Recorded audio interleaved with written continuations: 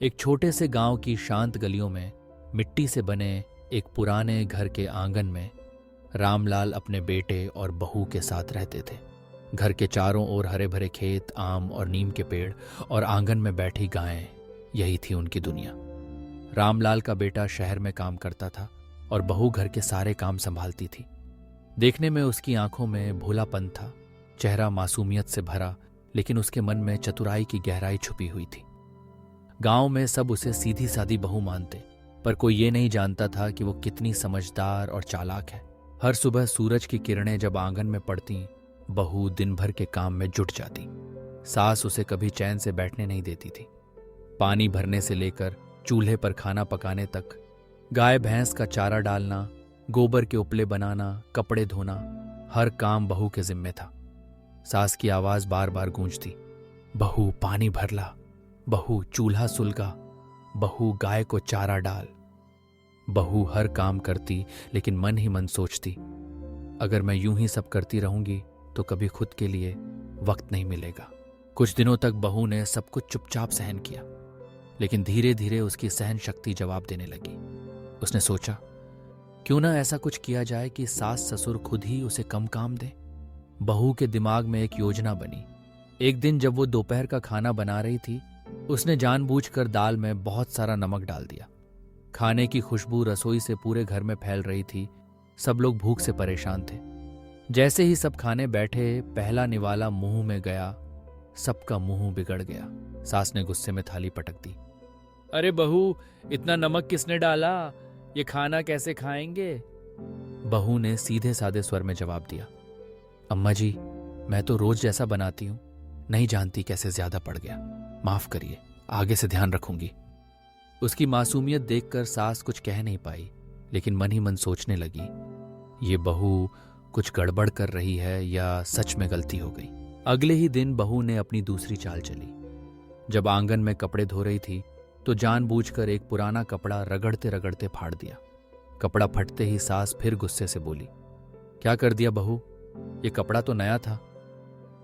बहू ने फिर भोला सा चेहरा बनाकर कहा, अम्मा जी, कपड़े तो पुराने हैं, धोते धोते अपने आप ही फट गए, आप कहिए तो सिल दूं। सास ने सिर पकड़ लिया, न खाना बनता है न कपड़े सही से धुलते हैं। धीरे धीरे बहू की चालें असर दिखाने लगी। सास ससुर को लगने लगा कि बहू से जितना काम करवाओ उतनी ही गड़बड़ होती है। कभी सब्जी में मिर्च ज्यादा, कभी रोटी कच्ची, कभी कपड़े की रंगत उड़ गई, कभी चूल्हा बुझ गया। रामलाल और उसकी पत्नी ने सोचा, कहीं बहू बीमार तो नहीं, या इसी बहाने काम टालना चाहती है। वे दोनों बहू को कम काम देने लगे। अब सास खुद सुबह पानी भरने चली जाती, रसोई में खुद हाथ बटाती और बहू को आराम करने देती। बहू जब चाहे तभी काम करती, कभी आंगन में बैठकर चाय पीती, कभी बगीचे में फूलों से बातें करती। गांव की औरतें जब बहू की ये हालत देखती तो आपस में बातें करती, देखो रामलाल की बहू कितनी चालाक है, कैसे सबको अपने दिमाग से हरा दिया। अब वो बिना डांट के आराम से रहती है, बाकी बहुएं तो दिन भर काम में लगी रहती हैं। बहू मुस्कुराकर सुनती रहती, लेकिन कभी किसी के सामने अपनी चालाकी का राज नहीं खोलती। बहू की जीत धीरे धीरे पूरे गांव में चर्चा का विषय बन गई। अब वो आराम से अपने मन का काम करती, अपनी पसंद का खाना बनाती और जब चाहती चुपचाप अपने कमरे में बैठकर किताबें पढ़ती या कढ़ाई करती। सास ससुर भी अब बहू से ज्यादा उम्मीदें नहीं रखते थे। उन्हें लगता जितना कहेंगे उतनी ही गड़बड़ हो जाएगी। बहू को अब अपने लिए वक्त मिलने लगा और वह खुश रहने लगी। इस कहानी से हमें यह समझ मिलता है कि मुश्किल समय में केवल मेहनत ही नहीं बल्कि चतुराई और समझदारी भी बहुत मायने रखती है। कभी कभी सीधे तरीके से काम करवाने की जगह दिमाग से काम लेना फायदेमंद होता है। लेकिन बहू की इस चालाकी में एक सीख भी छुपी है। अगर इंसान चालाकी का इस्तेमाल केवल अपने आराम के लिए करे तो वह कभी कभी दूसरों के विश्वास को भी चोट पहुंचा सकता है।